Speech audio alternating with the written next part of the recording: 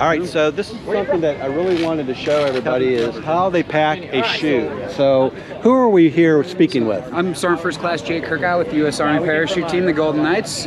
We just did a pretty awesome base jump off the New River Gorge Bridge here, Bridge Day. Great time. How many, Highly recommend it. how many jumps will you do today? We'll probably do 2 or 3 today. Okay, So, is that normal? Not really. Base jumping generally takes quite a bit more coordination and planning just to get one jump in. Okay. Skydiving, we can usually go up and do 5 to 10 in a day, no problem. So But, obviously nobody can just jump off this with a no, parachute. it takes a lot of training. What are the a lot of requirements? So the requirements for this base jump? Yeah. So in order to get into base jumping, you got to be a skydiver first. A lot of people recommend that you have several hundred skydives before you even go into the base jump course. Right. So we all have. We've been doing this for years. We've been jumping with the U.S. Army Golden Knights for. I've been on the team for close to 7 years now. Thank you for your service, by the way. Thank you. Really. I've got several thousand skydives, tandem instructor, coach, skydiving instructor all around. So, who's your partner here? So this is our first class, Marcus Deniston. He's another one of my teammates on the Golden Knights. And right here we have Sergeant First Class John Lopez. All right. He's the boss right now. So Okay. We're all teammates. We're all teammates. One big team, right? One big team. So right now what he's doing, what he was just working on up here, he was stowing his brakes. So we have these, if you see the blue toggles right there, those actually go up to the rear of the parachute. Right. And that's how we use to steer or slow down the parachute. Okay. We do a lot with those steering toggles. And as we pull it down, it actually forces air out of the nose. So he's got the nose in between his legs right now. And what he's doing is flaking out the parachute. Okay, flaking it out. So what he's doing, this parachute has 7 different cells in it, and all those cells are separated by line groups. Okay. So what he's doing right now is going into these line groups and flaking them out to make sure each cell is separated. Okay. So that when it goes to redeploy, he's gonna have a nice on-heading square opening. So I'm kind of curious, you guys are in the Army, you guys were trained how to go ahead and not just jump, but you also how to go ahead and check your equipment. Yes. So do you guys always pack your own chutes? So not always. It depends what we're doing. Right now, so myself and Sergeant Deniston are both FAA certified parachute technicians, parachute riggers as we're commonly known. So we do a lot of reserve packing. A lot of times when we're training and skydiving for the team, we have contracted packers that come out and pack our mains so that we can get more jumps in a day. Oh, really? So like what you're seeing right now, we're spending a lot of time on the ground packing parachutes, and which is fine for base jumping. We definitely like to pack our own, because in base jumping, it's a 1 parachute system. So this is our reserve. Okay. So we're out here using this as a reserve. We pack our own, go through it, make sure it's good, and then we're confident in the pack job we're about to jump. So what's different in a base jump parachute than versus the one that you jump out of like an airplane? So skydiving parachutes are built for a variety of reasons. They're whether you want to go fast, whether you want to be accurate, whether you're doing tandems, I haven't stepped back there. There's a ton of different reasons. Just student parachutes for people that are learning how to do. It's all based on performance, and based on the design of those parachutes, it's going to affect how the parachute opens, how it flies. And with these base parachutes, because it is a one parachute system, we want to make sure this thing works 100% of the time, every time. Nice, perfect, fast on-heading openings. So that's what we're looking for right now. And these parachutes have a whole lot of different characteristics that skydiving parachutes don't have. What name a couple of them? So we're looking at. They really got to open up quickly. So I told you there was 7 cells in this parachute. That air gets trapped in, and then we use that. We use those steering toggles I was talking about to manipulate the air inside those cells. Right. So those cells are also vented, which allows air to come in through the bottom of them. There's actually a couple different openings in this, so we can make it perform differently. Okay. The way we stow the lines is a lot different. If you saw us packing a main parachute, which he's going to get to eventually, we kind of just we roll it up and put it into a parachute deployment bag. And that deployment bag, and then we stow our lines on the outside of that, get a nice smooth, long opening that generally when you're skydiving, you're going about 120 miles an hour or faster when you're at terminal velocity. So we don't want a fast opening. We want a nice slow opening. With this, especially jumping these what we call sub-terminal jumps, where we get off an exit, you're still accelerating, you're not there yet. we need these parachutes to open fast, quick, and be able to perform right away. So, yeah, so we can make it to our landing area safely every time. With this bridge, New River Gorge Bridge, it's 800 plus feet. Is that correct? 870 feet. 876 feet, yep. So, really, after you jump off the bridge, you are deploying your chute? Pretty quickly, yes. Okay. Yeah. Like you saw in the video, he did Sergeant Lopez did a front flip. Sergeant Deniston was videoing him, so he watched him open and then fell past him. Okay. So he went a little bit further. I went off slightly after them, and I just kind of jumped off the bridge and pulled rail. It was 2 or 3 seconds. Okay. So it wasn't a huge, long delay. Now, are these parachutes, like, you're probably what, 210? I'm about 220 now. Okay, well, I'm a little bit lighter than you are. Let's say I'm 190. Will one chute fit all of us? No. So these are all sized differently to our bodies. We want to order these parachutes to do what we call to be able to get into a specific window of wing loading is what we call it. And so what that means is our total body and equipment weight divided by the weight of divided by the square footage of the canopy. So we want that to be around a 0.6 or a 0.7. It gets a little bit scientific, so that we're loading the amount of wing properly with the weight on our body, which allows it to perform better. It helps with the openings. Right. Yeah. So. Well, I imagine when you guys are in combat and you're jumping off with your equipment, you're going to probably have a bigger canopy. Is that what that's called? So yes, the military free fall canopies they're honestly probably I think they're 360 square feet generally. There's a couple different sizes, but that's generally what you're going to see when guys have the full combat load and they're doing their jumps. And how many jumps can you do with a canopy? I mean, is there a limit? Like It all depends how. So the FAA doesn't regulate these parachutes because these are base jumping parachutes and we're not taking them out of an airplane. Okay. But it all depends on how we take care of it and how we maintain it. All of us, like I said, we're certified parachute technicians. We take really good care of our equipment because we want it to last a long time. As he's packing it, he's looking at making sure all the connections. Yeah. So what he's at right now is I told you he was separating those line groups. Right now, he's actually taking the line groups inside the parachute and getting them all together in the middle of the pack job, so that when that parachute opens again, it's all material outside of the lines, and we don't have to worry about lines snaking around the material. Because once the line goes outside the material, you're going to have a bad day. Okay. So yeah.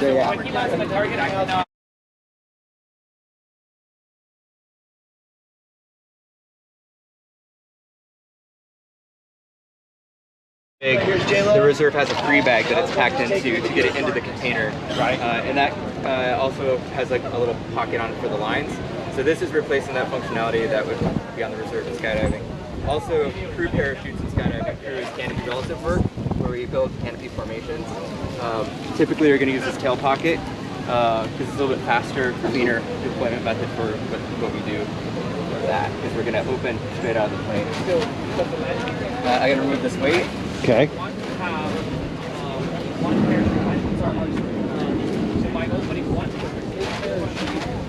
Windy up here.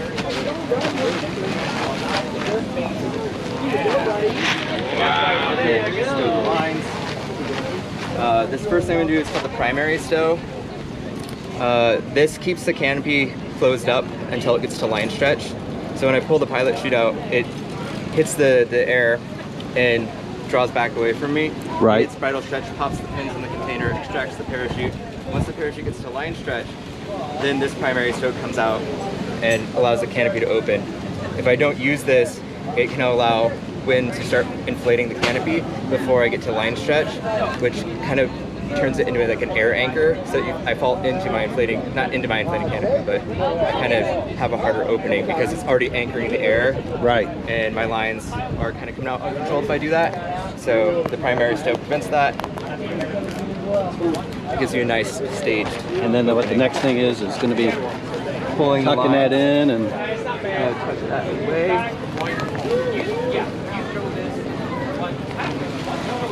And then the figure 8 my lines. oh, figure 8. I like that. Oh no, I'm part of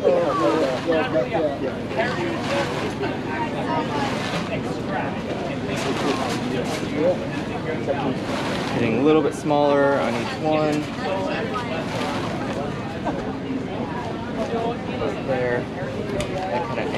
downwards. Like goes up the top. Yes, sir. Being careful I don't get any of my lines into the Velcro. All right. Well, thank you guys.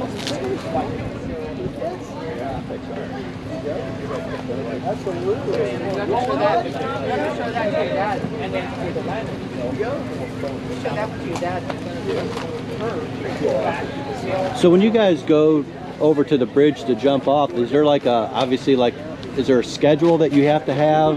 Been like, It's just a we're pass. jumping off at 2 o'clock, like a reservation? The bridge opens up at, it opens and closes at a certain time. There's no like, you jump first, you jump next. It's, you show up with your pass and you get in line essentially. Okay. There may be some front of line privileges for certain groups, but for the large part, it's all just like you get in line and you wait your turn. First come, first serve. Once we're all packed up and we're gonna jump again, we'll hop back in the line and wait our turn. So after you guys get on the ground, how do you guys get back up? Is there like a bus down there for y'all? There's a shuttle, it's actually a school bus that we ride back up. And that just takes us back up, 876 feet. Okay. Back up here. To do it all over again. Other places like in Idaho, the Pine Ridge, we're gonna climb out from there, hike or climb out. Okay. This one, Would you do your shoot downs down at the base? no, we bring it back up top and pack in the parking top. Okay. It is possible to take a vehicle back out from there. So what are you doing here? I can't be and drag it into the container. Okay. So Marcus is right. You can see his black. Just like everything else. And his rig, even you can't see it right now. It's got a big. Actually, it's got a big. That's where he's going. Hey. So there's more than one way to do this. This is just the way I kind of prefer. It's worked for me very well. You can do these folds a little differently. Right. You can use clamps. Clamps are just like extra hands. I don't typically use them.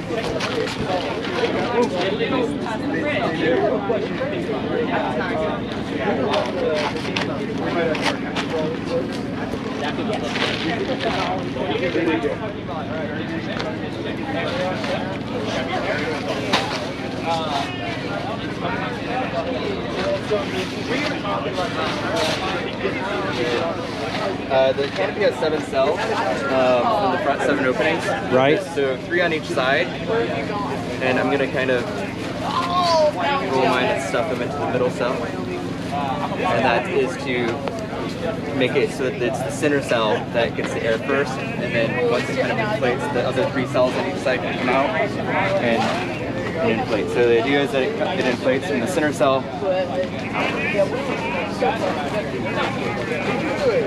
Because ideally how any parachute should inflate, but these steps encourage that. Okay.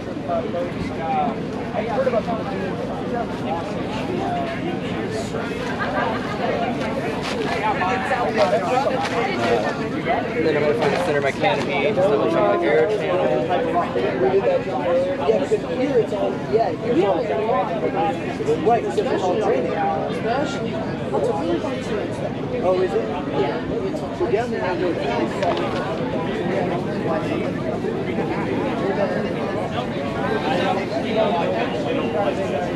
So those longest lines of the canopy have a tendency, as you manipulate it, sometimes they move around. Right. Just finding them, making sure they're where they need to be. They haven't moved out of position. That's all I was checking.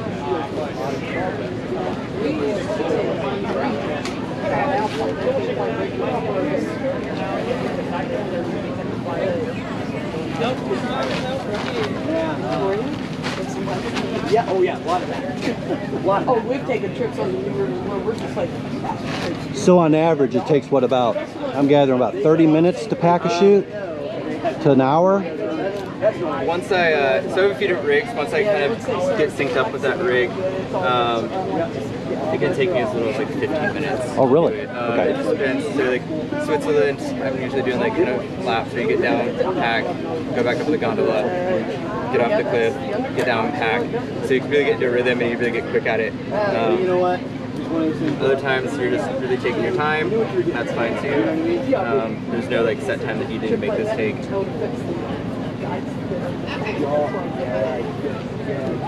People in the beginning, like as far as skydiving goes, like I can pack my main parachute in like 5 or 6 minutes.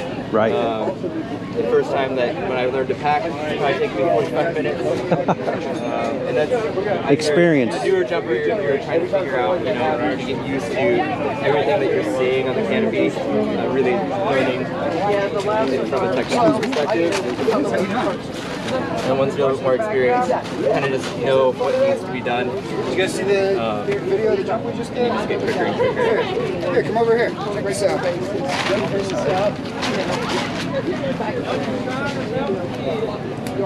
Let it finish up and we'll start it over here. So we just did this morning. And it's a Once we're done packing What's our that? parachutes, 2-pin system. This is how it keeps the container closed. It's 2 curved pins on a bridle. Walk up to the bridge and watch space jumpers yet? So that's the bottom one. So you sit closer to you than you're going to see. That's excess material. Tuck away. Careful.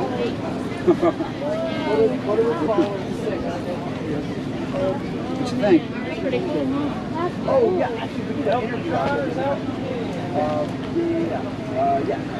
So that's his view right here. Him packing the parachute. So this is now split.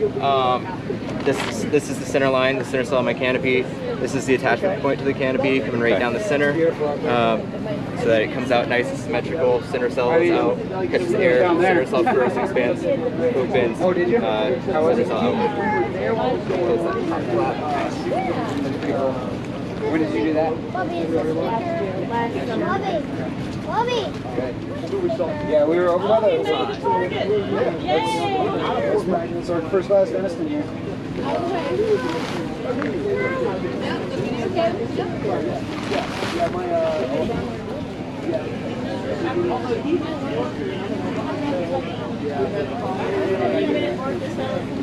Yep. Oh, really? Okay, yeah. Yeah, I've talked to him a lot. He was helping us out getting our... This is the first time we've been here as a team and officially at the base jump as an Army team. So I was talking to him, asking him all kinds of questions. Probably thought it was way too much. Like, hey, well...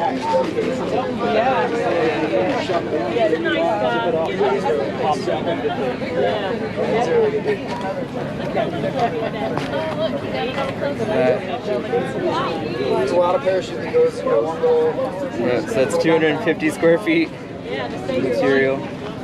Yeah. Wow. Zipper lab, that's exactly it. And then I make it look a little bit better. I just let it shake it down. Alright guys, see ya. When I get to the, like, this is not over, would you hold the camera and get us kind of in there so I could just say who he is?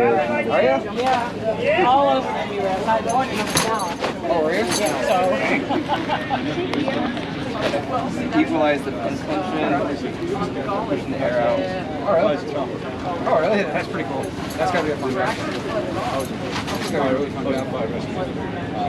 So there's a fine line with your pin tension where it's like, you don't want it too tight because you Right. don't want them to really hesitate depending on the height of your object you're jumping. And you don't want them so loose that you could potentially have them just coming out. We get when you to have a don't lot want of them fun. to come out. We've all So been... you really have to find that balance and how long, I'm a combat medic. how much tension you're going to need on your rig to make it safe to jump for the object you're jumping. Gotcha. And then it's all configured. The only thing that's left is the pilot chute. So this will get packed up and stowed in this VOC here. Yes. So when we call it we're going stowed, that's packed up there. We go into free fall when we're ready to throw it. It's just like skydiving, same position for that pilot chute. Throw that out, goes through the windstream, and just got a parachute. Gotcha. You can also go handheld, so you pack it up and ready. It's just in our hand. Leave the object, take the delay that we want to take, and then kind of throw that out. And it's kind of the same thing, but without it being here, just kind of more direct. Give me a parachute. Inside there. And that's going to depend on your object as well. Well, it's all packed in there. It's amazing that that canopy, as big as it is, can fit into something that small. So yeah, And they make some ultralight stuff too. There's a bunch of different models and manufacturers for gear. So it's kind of the jumper's preference and what they need, what they have the need for. I could jump this rig, this setup, with a wingsuit in Europe if I wanted to. Or I could jump it here, I could jump it off something lower. It's pretty versatile rig. There are other rigs that are more wingsuit specific. They're Right. a little bit thinner profiles, longer pack trays, and lighter setup. So if you're hiking alpine, you're not hiking with the full weight heavy canopy of the mountain. Yeah, lighter is better. Yeah, it's less durable usually, but Well, hey, before I wrap up my video with you, what's your name again? I'm Sergeant First Class Marcus Dunstan. Okay. And you've been serving in the Army's jump team for how long? Since 2016, joined in 2010, 2005 actually. Started jumping in 2010. And how many jumps do you have? Total jump scatters and base jumps combined, all things, is just over 6,000. Just to let you know, I have 0. So I want to say thank you to you and your team for giving me the time to go ahead and videotape this. Gentlemen, thank you again for your service. I look forward to watching you guys jump here a little bit later.